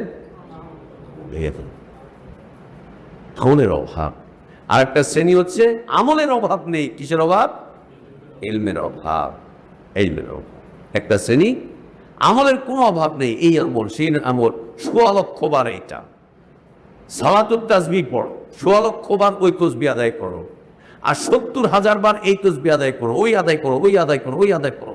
আমল করতে করতে ওদের অবস্থা খারাপ, আমল করতে করতে ওদের অবস্থা খারাপ, একদম অবস্থা খারাপ। কিন্তু কি নাই? ইলম নাই। এই আর আমাদের ইলম আছে কিন্তু কি নাই? নাই। আমল শূন্য এক জাতিতে চলছে। আল্লাহ আমাদেরকে হেফাজত করেন। এই আমল শূন্যতার কারণে আমাদের জীবনে অপবিত্রতা চলে আসবে, অপবিত্রতা চলে আসবে। আর চলে তো এসেইছে আমাদের জীবনে অপবিত্রতা। কোথায় পবিত্র আছি আমরা? কয়জন পবিত্র আছি আমরা? কি অবস্থায় পবিত্র আছি আমরা? কি অবস্থায় পবিত্র আছি? আল্লাহ তাবারক ওয়া তাআলা বলছেন মান আমিলা সালিহান মিন যাকারিন আও উনসা, নারী এবং পুরুষদের মধ্যে যে ব্যক্তি আমলে সালেহ করবে আল্লাহ তাদেরকে পুরস্কার দেবেন। প্রথম পুরস্কার হচ্ছে ফালানুহইয়ান্নাহু হায়াতান তাইয়্যিবা, আল্লাহ তাদেরকে পবিত্র জীবন দান করবেন। জীবনের সকল পরতে পরতে আল্লাহ পবিত্রতা এনে দিবেন, পরতে পরতে আল্লাহ কি এনে দিবেন? পবিত্রতা এনে দিবেন। সব কিছুতে পবিত্রতা, সব কিছুতে পবিত্রতা, যদি ইলমের সাথে আমল থাকে। আর কি ওয়ালানাজিজিয়ান্নাহুম আজরাহুম বিআহসানি মা কানু ইয়ামালুন, আর আল্লাহ বলছেন তাদের নেক আমলের বদলায় আল্লাহ তাদেরকে অনেক অনেক পুরস্কার দিতে থাকবেন। জীবনে খালি পুরস্কার পেতে থাকবেন, আল্লাহ খালি পুরস্কার দিতে থাকবেন দুনিয়াতে এবং আখিরাতে, দুনিয়াতে এবং আখিরাতে আল্লাহ পুরস্কার দিতেই থাকবেন। আল্লাহ সুবহানাহু ওয়া তাআলা আরো বলছেন মান জাআ বিল হাসানাতি ফালাহু আশরু আমসালিহা, যে ব্যক্তি একটা নেক আমল করবে, একটা আমলে সালেহ করবে, ওই একটা আমলে সালেহকে আল্লাহ 10 গুণ বাড়িয়ে দেবেন। আল্লাহ তাবারক ওয়া তাআলা 10 গুণ বাড়িয়ে, 10 গুণ বাড়িয়ে আল্লাহ বাড়িয়ে দিবেন 10 গুণ। ওমান জাআ বিস-সাইয়্যা, আর যে ব্যক্তি একটা অপবিত্র কাজ করবে, একটা খারাপ কাজ করবে, ফালা ইউজজা ইল্লা মিসলাহা, তাকে আল্লাহ ওই একটার বদলে একটাই দিবেন। কিন্তু নেক আমল করলে একটার বদলে আল্লাহ কতগুলো দিবেন? 10টা দিবেন, 10টা দান করবেন। আর নেক আমলের প্রতিদান আল্লাহ তাবারক ওয়া তাআলা আমাদের জীবনের চতুর্দিকে রেখেছেন, চতুর্দিকে। কোন নেক আমলের প্রতিদান নেই বলেন? কোরআন তেলাওয়াতের, কোরআন হিফজের, কোরআন শেখাবার, কোনটার প্রতিদান নেই? সন্তান যদি নেক হয় তার প্রতিদান আল্লাহ ঘোষণা করার নেই। সন্তান যদি নেক সন্তান হয়, আল্লাহ, আপনি মরে যাবেন, আমি মরে যাবো, আমার আপনার আমল বন্ধ হয়ে যাবে। যদি নেক সন্তান থাকে, ও যত আমল করবে সব আমলের একটা অংশ আল্লাহ তাবারক ওয়া তাআলা বাবা মার আত্মায় দিতে থাকবে। এটা প্রতিদান না? তোমার প্রতিদান। এই প্রতিদান বাদ দিয়ে আমরা কি বানাবো? তেন্দর, বান্দর, উল্লুক, হালদুক। ওই না দেখলে ভালোই লাগে না, ওই না দেখলে ভালোই লাগে। সুবহানাল্লাহ। কোন আমলের প্রতিদান নাই দেখান তো? কোন আমলের প্রতিদান? কোনটা? কোনটার প্রতিদান? কোনটার প্রতিদান? আল্লাহ সুবহানাহু ওয়া তাআলা কত প্রতিদান রেখেছেন, কত প্রতিদান রেখেছেন আল্লাহ তাবারক ওয়া তাআলা। প্রত্যেকটা আমলের একটা করে প্রতিদান রেখেছেন, একটা করে প্রতিদান রেখেছেন। আল্লাহ নবী সাল্লাল্লাহু আলাইহি ওয়াসাল্লাম সাহাবীদেরকে এই ধরনের প্রতিদান বর্ণনা করেছেন। নবী সাল্লাল্লাহু আলাইহি ওয়াসাল্লামের কাছে কিছু দরিদ্র মুহাজির সাহাবী আসলেন। দরিদ্র মুহাজির সাহাবী নবী সাল্লাল্লাহু আলাইহি ওয়াসাল্লামের কাছে আসলেন। দরিদ্র মুহাজির, তাদের দারিদ্রতার পিছনে কারণ ছিল হিজরত। যখন তারা হিজরত করে মক্কা থেকে মদিনায় আসলেন, আসার সময় তারা কিচ্ছু আনতে পারেন নাই, শুধু ঈমানটুকু নিয়ে তারা চলে এসেছিলেন। আসার সময় তাদের সম্পদ কেড়ে নেওয়া হয়েছিল, জায়গা জমি কেড়ে নেওয়া হয়েছিল, ঘরবাড়ি কেড়ে নেওয়া হয়েছিল, কারো কারো থেকে স্ত্রীকে কেড়ে নেওয়া হয়েছে, কারো কারো থেকে সন্তানকে কেড়ে নেওয়া হয়েছে। মক্কার লোকজন বলছেন, এই তুই যাচ্ছিস যা, এই মেয়েটা আমাদের, আমাদের বংশের মেয়ে, আমাদের বংশের মেয়েকে তোর সাথে যেতে দিব। অথচ তার স্ত্রী রেখে দিয়েছে, সন্তানকে রেখে দিয়েছে, টাকা পয়সা রেখে দিয়েছে, উঠে চড়ে আসতেছিল, উঠ রেখে দিয়েছে, কিচ্ছু আনতে পারেননি। মক্কার ধনাঢ্য মানুষগুলোর মধ্যে আবু বকর রাদিয়াল্লাহু আনহু একজন ছিলেন, ওমর রাদিয়াল্লাহু আনহু একজন ছিলেন। এরা ধনাঢ্য মানুষ ছিলেন। এরা মদিনাতে আসার পরে খাবার পায় নাই, না খেয়ে থাকতেন তারা। কেন? কিচ্ছু আনতে পারেন না, কিছুই আনতে পারেন নাই। ধীরে ধীরে এই মানুষগুলোকে আবার সম্পদশালী করে দিয়েছিলেন।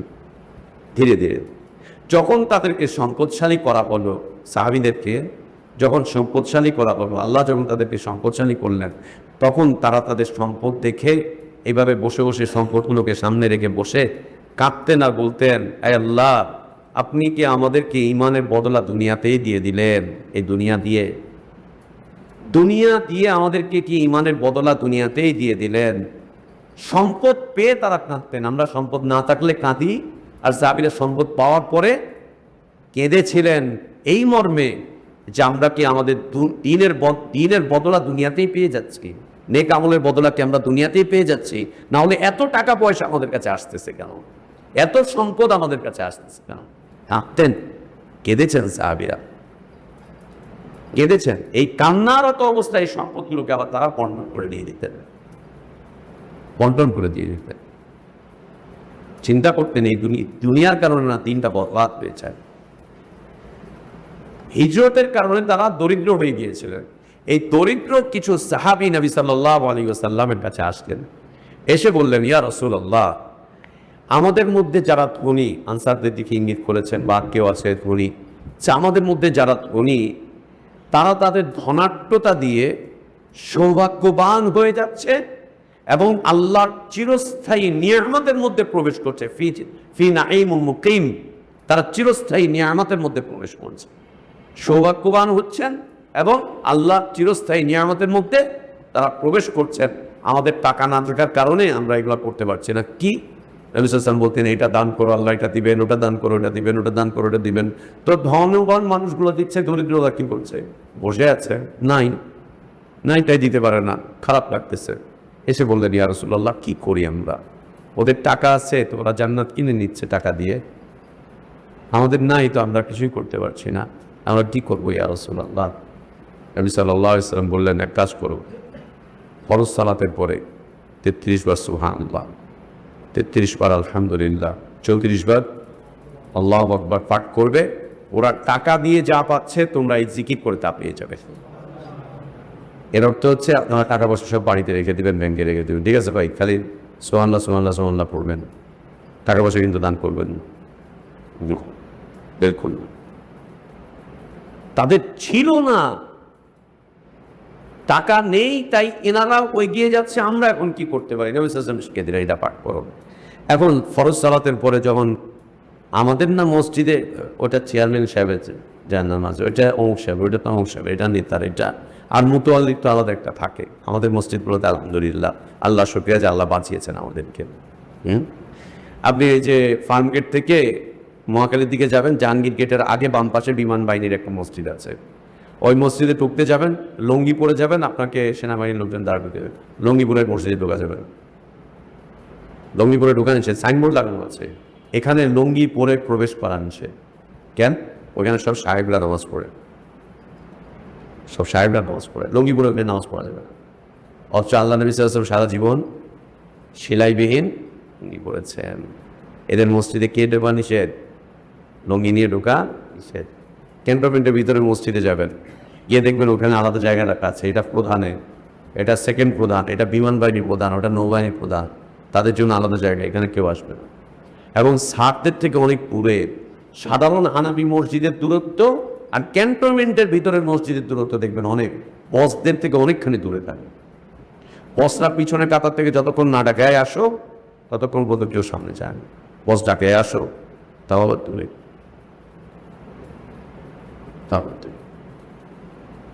আল্লাহ নবীর মসজিদ তো আর এরকম ছিল না। ধনী দরিদ্র ফকির মিসকিন, খেয়ে আছে না খেয়ে আছে, সবাই একসাথে এক কাতারে দাঁড়িয়ে আছে, একসাথে এক কাতারে দাঁড়িয়ে আছে, একসাথে। আল্লাহ আমাদেরকে মাফ করেন। এই জাহেলিয়াত এখন মক্কায় মদিনায় প্রবেশ করেছে। আমির উমারারা যখন আসে তখন আমির উমারাদের আশপাশে কোনো সাধারণ মানুষ ঢুকতে পারে না, তাদেরকে গার্ড দিয়ে সেফটি দিয়ে আলাদা একটা ক্লাস রুম আছে, আলাদা একটা নির্দিষ্ট জায়গা আছে, ওইখানে শুধু আমির উমারা বড় বড় লোকজনগুলো ওইখানে দাঁড়ায়। মসজিদ নবীতে আলামিন হারাম হারাম নির্দিষ্ট কিছু জায়গা আছে, ওটা হচ্ছে ভিআইপিদের জন্য। ওখানে কোনো সাধারণ মুসলিম ঢুকতেই পারবে না, গার্ড রাখা আছে, কোনো সাধারণ মুসলিম ওখানে ঢুকতে পারবে না, বিলকুল না। ওখানে শুধু ভিআইপিরা সালাত চাইছে। তো এই সাহাবিরা যখন এই দরিদ্র সাহাবিদেরকে নবী সাল্লাল্লাহু আলাইহি ওয়াসাল্লাম শিখিয়ে দিলেন, ওনারা এখন সালাতের পর যখন গুনতেছে 33 করে, কারণ পাশে যে আছে সে তো দেখে ফেলছে, পাশে যে আছে সে তো দেখে ফেলছে, উনি তো গুনতেছে। যখন আমরা গুনি দেখি না, আমাদের মাদ্রাসায় আমরা দেখি মাঝে ছোট ছোট বাচ্চারা আমাদের পাশে এসে সালাতে দাঁড়ায়, তো বড়রা যখন গুনতেছে ইচু বলা, ও কিচ্ছু বোঝে না, ও কিছু বলেও না, এমনি করে গুনতে থাকে। দেখছে গুনতে, তাই কোনে আপনারা। তো যখন সাহাবীরা এভাবে করে 33 গুনতেছেন, ধনী সাহাবীরাও দেখে ফেলছেন, দেখে জিজ্ঞেস করছেন, তো ব্যাস নো আউট হয়ে গেছে মাসালা। হ্যাঁ, প্রশ্নপত্র ফাঁস কেমন হয়ে গেছে? তখন উনি সাহাবীরা দেখলেন যে মাশাআল্লাহ, এটা দিয়েও তাহলে আল্লাহ জান্নাত কেনা যায়, তো টাকা পয়সা দিব, সাথে এইটাও করবো, সবটাই করবো, দুইটাই একসাথে তারা শুরু করে দিলেন। এদিকে সম্পদ দিচ্ছেন, ওদিকে আবার এই জিকিরও করে যাচ্ছেন। এই সাহাবীরা নবী সাল্লাল্লাহু আলাইহি ওয়াসাল্লামের কাছে আবার আসলেন, দরিদ্র সাহাবীরা, ইয়া রাসূলুল্লাহ, প্রশ্নপত্র ফাঁস হয়ে গেছে, ওরাও তো আমাদের মতো একই আমল করতেছে, আল্লাহ নবী সাল্লাল্লাহু আলাইহি ওয়াসাল্লাম বলছেন, যালিকা ফাদলুল্লাহি ইউতিহি মান ইয়াশা, এই দেখো এটা আল্লাহর অনুগ্রহ, আল্লাহ যাকে চান তাকে দিয়ে দেন। চেয়েছিলা তোমরা, আল্লাহ ওদের মধ্যেও এটা দিয়ে দিবেন। ঠিক আছে, তোমরা তোমাদের আমল করতে থাকো, তোমরা তোমাদেরটা পাবে, তারা তাদেরটা পাবে, তারাও পাবে, তোমরাও পাবে।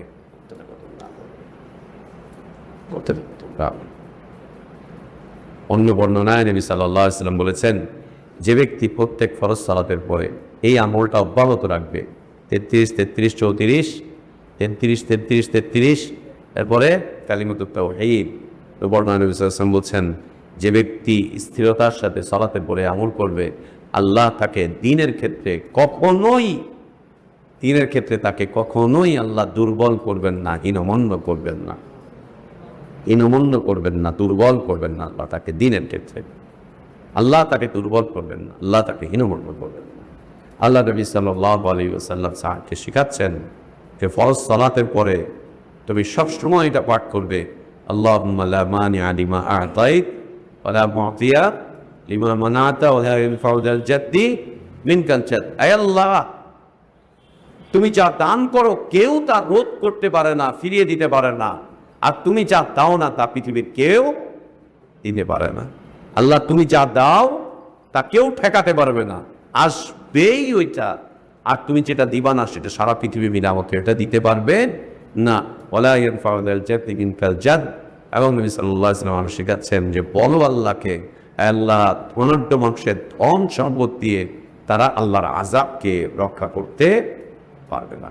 ফেরাউনের ধন সম্পদ দিয়ে, কারুনের ধন সম্পদ দিয়ে, নমরুদের ধন সম্পদ দিয়ে আল্লাহর আযাব থেকে বাঁচতে পারেনি, এই যুগেও কেউ পারবে না, কিয়ামত পর্যন্ত কেউ এভাবে করে পারবে না। এই যে আমল, সাহাবীদেরকে নবী সাল্লাল্লাহু আলাইহি ওয়াসাল্লাম আমল শিখিয়েছেন, হাতে কলমে আমল শিখিয়েছেন, হাতে কলমে নবী সাল্লাল্লাহু আলাইহি ওয়াসাল্লাম আমল শিখিয়েছেন সাহাবীদেরকে। আমলের নবী সাল্লাল্লাহু আলাইহি ওয়াসাল্লাম উদ্বুদ্ধ করতেন। কিছুদিন আগে এই একজন ব্যক্তি আর কি বলছে আমাদের মাদ্রাসার কথা, ওই মাদ্রাসায় তো আলেম তৈরি করা হয় না, ভালো কোনো শিক্ষক নাই, হ্যাঁ, ওইখানে লেখাপড়ার কোনো মান নাই। অন্যান্য মাদ্রাসায় দেখো প্রশ্নপত্র ভিত্তিক এই পড়াশোনা, সাজেশন ভিত্তিক পড়াশোনা, ওরা অন্য জায়গায় গিয়ে পরীক্ষা দিয়ে পাশ করে এই হয়, ওই হয়, সেই হয়, কত কিছু অন্যান্য মাদ্রাসার তুলনায় পার্সেন্টেজ মাদ্রাসায় লেখাপড়ার কিচ্ছুই নেই। কেন? ভালো মানুষ শিক্ষকরা। তাহলে ওইখানে কি আছে? বলছে ওইখানে একদল আবেদ তৈরি করা হচ্ছে, আমলকারী তৈরি করা হচ্ছে। একদল কি তৈরি করা হচ্ছে? বলে ওইখানে কেন আমল শেখা যায় কিন্তু এলেম অর্জন করা যায়। এলেমটা কি বুঝিয়েছে? অন্যান্য মাদ্রাসার সাথে তুলনা করেছে। ওই মাদ্রাসাগুলোর ব্যাপারে আপনার সমীক্ষা নিলে দেখবেন ওইখানের আমল কালামের অবস্থা একদম নিচে, একদম নিচে, একদম নিচে। কি বুঝলা আমল আর কি বুঝলা এলেম? কোনটা বুঝলা? এলেম কাকে বলে আর আমল কাকে বলে বুঝলা কোনটা? এলেম কোনটা তাহলে, আমল কোনটা তাহলে? কোনটা তাহলে এলেম আর কোনটা তাহলে আমল? কি দিয়ে তুমি কি অর্জন করতে পারলে? কি দিয়ে কি অর্জন?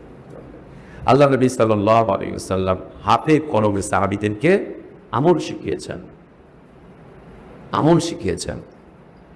আমার আপনার ইলম যদি আমাকে আপনাকে আমলের দিকে উদ্বুদ্ধ না করে, বুঝতে হবে আমাদের জীবন থেকে পবিত্রতা বের হয়ে যাবে, আর আল্লাহর কোনো পুরস্কার আমাদের জন্য থাকবে না, কোনো পুরস্কার থাকবে না। এই না, অতএব যেটাই ইলম অর্জন করবো আমরা যেন সেটার উপরে নিজেদেরকে প্রতিষ্ঠিত করি, এটার উপরে যেন প্রতিষ্ঠিত করি। যা শিখছি তার উপরে নিজেকে প্রতিষ্ঠিত করবো। সাহাবীরা একটা একটা শিখতেন, একটা একটা করে আমল করতেন, শিখতেন, আমল করতেন, শিখতেন, আমল করতেন, একটা একটা করে শিখতেন, একটা একটা করে আমল করতেন। আর আমরা একটা একটা করে শিখি আর একটা একটা আমল ছাড়ি, একটা শিখি আর একটা ছাড়ি, একটা শিখি আর একটা ছাড়ি, একটা শিখে পাচ্ছেন। লা ইলাহা ইল্লাল্লাহ, এটা উচিত না, এটা ঠিক না, এটা করা উচিত না।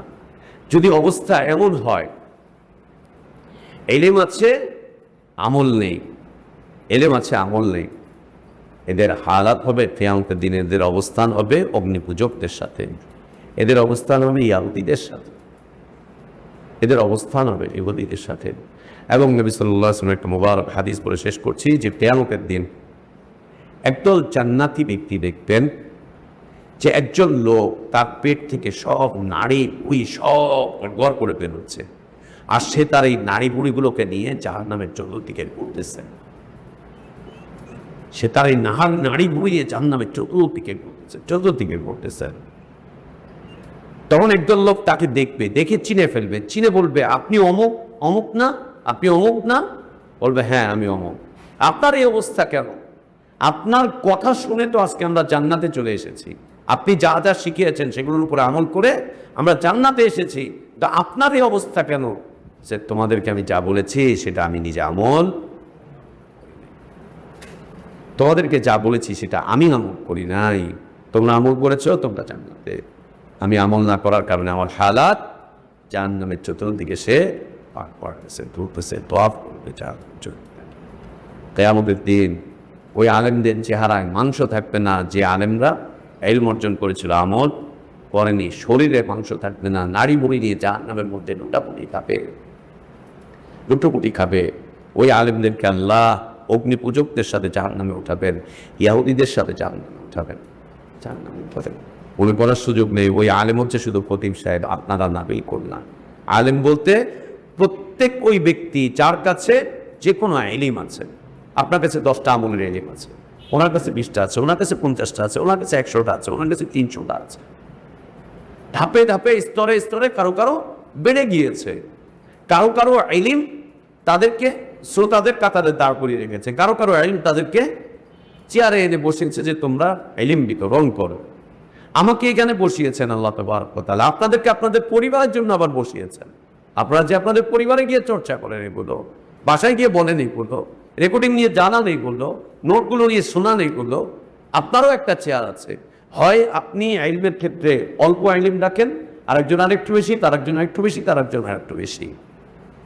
পরিণতির দিক থেকে সবাইকে তাদের অবস্থা অনুযায়ী আল্লাহ তাবারক ওয়া তাআলা সবাইকে দান করবেন। এর সাথে সাথে দ্বিতীয় বিষয় হচ্ছে, যদি ইলম অনুযায়ী আমল না হয় তাহলে ইলম বের হয়ে চলে যাবে, ইলম চলে যাবে, ইলম থাকবে না আপনার মধ্যে, ইলম থাকবে না, ইলম থাকবে না, একদম না। কত কোরআন ভুলে যাওয়া হাফেজ পেয়েছি, আল্লাহ আকবার, কোরআন দেখে পড়তে পারে না। জিজ্ঞেস করেছি, বলছে হেফজ পড়েছো? না পড়েছিলাম। ইয়াদ আছে? না ইয়াদ নাই। কোরআন খুলে দিয়েছি, পড়ো সূরা ইউসুফ। কোরআন খুলে ও এখন নাজেরা পড়তে পারে না। হাফেজ কোরআন খুলে পড়তে পারে, কেন? আল্লাহ উঠিয়ে নিয়েছে। আমল নেই, আল্লাহ উঠিয়ে নিয়েছে, আল্লাহ উঠিয়ে নিয়েছে, আল্লাহ উঠিয়ে নিয়েছে, ইলম আল্লাহ উঠিয়ে নিয়েছে। এই সাহেবের সাথে আমাদের যে শেখ ছিলেন, শেখের সাথে নরসিংদী থেকে একজন মাদানী আলেম দেখা করতে এসেছিলেন। তাকে আমি আরেকজনের মাধ্যম দিয়ে খবর দিয়ে নিয়েছিলাম। উনি এক সময় একদম বাংলাদেশের একজন প্রখ্যাত বড় একজন আলেমের ছেলে সে। এরপরে আবার মদিনায় করেছে, এরপর আবার বাংলাদেশের প্রখ্যাত একটা আমাদের মাদ্রাসার মুহাদ্দিস ছিলেন তিনি। কোনো একটা জীবনের কোনো একটা ছোটোখাটো ঘটনার কারণে মাদ্রাসায় পড়াশোনা বাদ দিয়ে, পড়ানো বাদ দিয়ে, দাস্তাদিস বাদ দিয়ে তিনি এখন ব্যবসা করেন। ব্যবসা বাণিজ্য করার কারণে চেহারা থেকে, শরীর থেকে, আমল থেকে, আখলাক থেকে, সব কিছু থেকে আল্লাহ তাবারক ওয়া তাআলা দিন উঠিয়ে নিয়েছেন। এখন তিনি নিজে এসে তার কথা বলছেন, আমি আর একটা অজ্ঞ ছেলে, দুইয়ের মধ্যে কোনো পার্থক্য নেই। আচ্ছা, আমি আর আপনার এই ছাত্র, এই দুইয়ের মধ্যে কোনো পার্থক্য নেই, কোনো পার্থক্য। নিজেই বলছেন কয়েক বছরের মাথায় রহমান ভাই, অনেক কিছু ভুলে গিয়েছি, অনেক কিছু নাই এখন আমার মধ্যে, অনেক কিছু নাই আমার মধ্যে। কেন? আমল নেই, আমল নেই। আমল খুব জরুরি। ইলম আছে, সাথে কি লাগবে? আমল লাগবে। ইলম আছে, সাথে কি লাগবে? প্রত্যেক নারীকে, প্রত্যেক পুরুষকে ইলম আছে তো আমল লাগবে, ইলম আছে তো আমল লাগবে। আর না হলে আল্লাহ তাবারক ওয়া তাআলা ইলম উঠিয়ে নেবেন, ইলম চলে যাবে। আর মৃত্যুর পরের পরিণতি তো অপেক্ষাই করছে। আল্লাহ আমাদের ইলমে বারাকাত দান করেন, হায়াতে বারাকাত দান করেন, এক আমলটুকু আল্লাহ কবুল করেন। আল্লাহ আমাদের এই মসজিদকে কবুল করেন, আমাদের এই মাজলিসকে আল্লাহ কবুল করেন, আমাদের এই ইলমি মাজলিসের সুফল আল্লাহ আমাদেরকে দান করেন, আমাদেরকে ইলম অনুযায়ী আমল করার তৌফিক দান করেন।